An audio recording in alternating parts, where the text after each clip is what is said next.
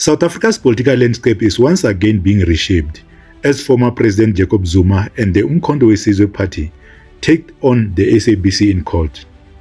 The stakes: the right to use the term Government of National Unity.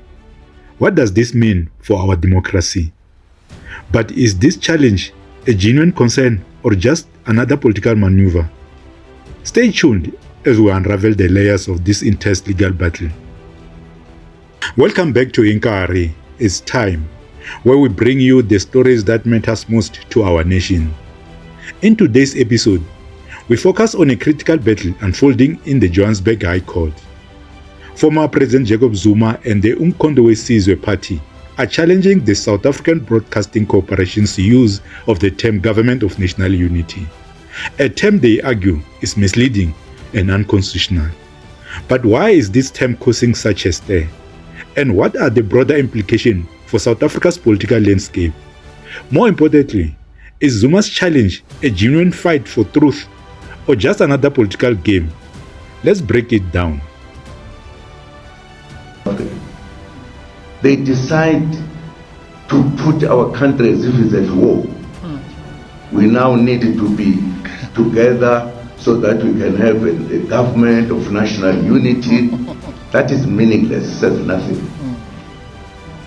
It's nothing. We're just misleading one another to think that is a good thing.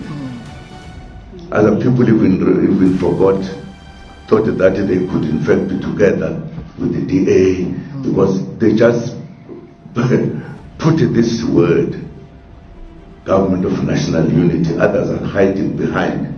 Now it has become such a thing. But by we abbreviation GNU. Nonsense. Nonsense.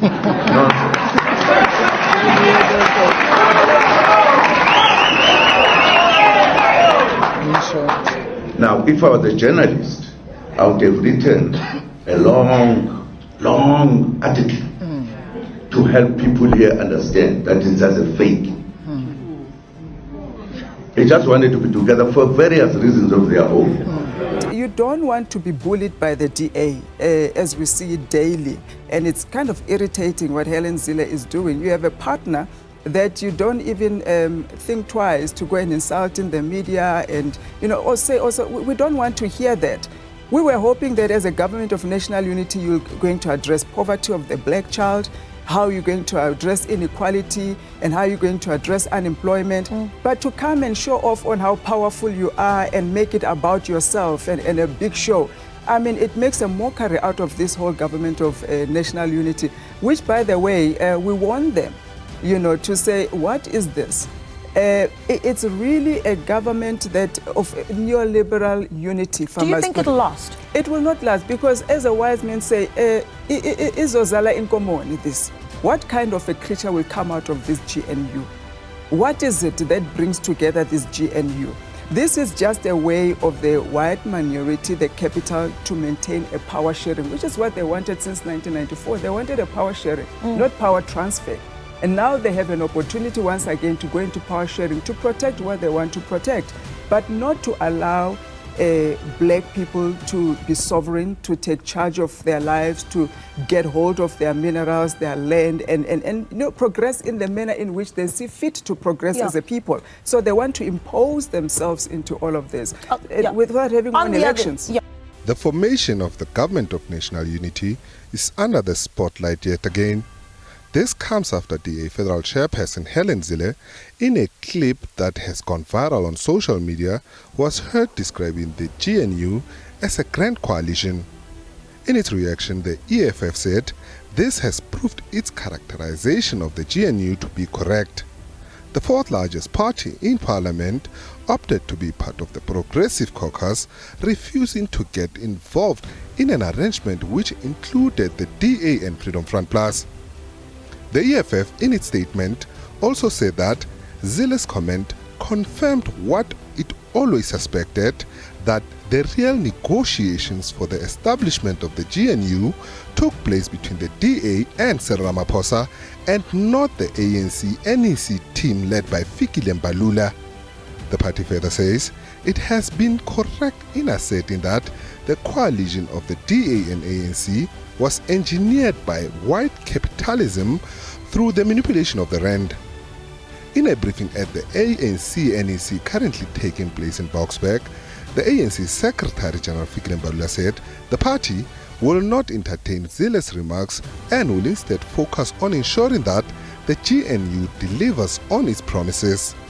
The legal challenge explained. At the heart of this legal battle lies a dispute over the language used to describe South Africa's political situation. Zuma and the MK party argues that the term Government of National Unity no longer accurately reflects our current political situation.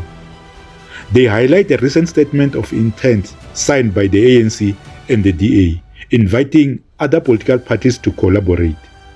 9 organizations joined, but Zuma and the MK party insist that this arrangement doesn't meet the true definition of a government of national unity, which is typically established after a period of conflict or national emergency. The argument against the SABC. The applicants argue that while political parties like the ANC may engage in propaganda, the SABC has a higher responsibility to uphold accuracy, independence, and impartiality. In their court papers, Zuma and the MK party allege that the SABC's continued use of the term Government of National Unity violates its constitutional obligations. They assert that this term, when used in the current context, misleads the public about the true nature of South Africa's political arrangement. The SABC's defense. On the other side of the courtroom, the SABC is likely to invoke Section 16 of the Constitution, which protects freedom of expression, including freedom of the press. The public broadcaster may argue that its use of the term Government of National Unity reflects the political cooperation among various political parties, even if it doesn't fit the strictest definition. The SABC is expected to defend its editorial independence, arguing that restricting its language would infringe on its constitutional rights. But behind this legal challenge lies a deeper question. Is Jacob Zuma genuinely concerned about the misuse of the term? Or is this another one of his political strategies? Critics argue that Zuma, a seasoned politician, might be using this challenge to maintain his relevance and rally support by framing the issue as a defense of historical integrity. After all, language shapes our perception of political realities, and controlling the narrative is key in politics. On the other hand, Zuma and the MK party may genuinely believe that the use of the term Government of National Unity is inappropriate in today's context. They could be concerned that this term misleads the public about the nature of the current political alliances and undermines the significance of the original Government of National Unity that helped South Africa transition out of apartheid. In reality, it could be a mix of both. Zuma might be using this legal challenge to advance his political agenda, while also believing in the cause he's advocating for. His actions could be driven by a desire to protect a legacy that he feels is being misrepresented, while also keeping his name in the political conversation. Potential impact of the case. This case could have far-reaching implications for South Africa's media landscape and political discourse. If the court rules in favor of Jacob Zuma and the MK party, it could set a precedent that restricts how the media describe political arrangements, potentially keeping journalistic freedom. Conversely, a ruling in favor of the SABC could reaffirm the broadcaster's independence, allowing it to continue using language that it deems appropriate, even if it's contested. But at its core, this case is about to control the narrative in South Africa's evolving democracy. So, from the beginning, Cyril Ramaphosa came up with this notion of a government of national unity, which he thought would be a better way of selling the concept of coalition to his own party. Now, this, of course, is not a government of national unity, because a government of national unity brings all parties together, which would have had to include the EFF and the MK party, which it did not. But it still gave the president the fig leaf he needed to bring in all sorts of smaller parties to say, I'm not in a coalition with the DA. Now, the truth is that we are actually in a coalition, because a coalition means that if a party withdraws from the coalition, the government falls. Now, none of the other parties, none of the other 9 parties in the coalition. As the court hears arguments from both sides, the country watches closely. The outcome of this case could influence not just how we talk about politics, but how we understand our political reality. Will the court protect the public's rights to accurate information, or will it uphold the broadcaster's freedom to interpret the political landscape? Only time will tell.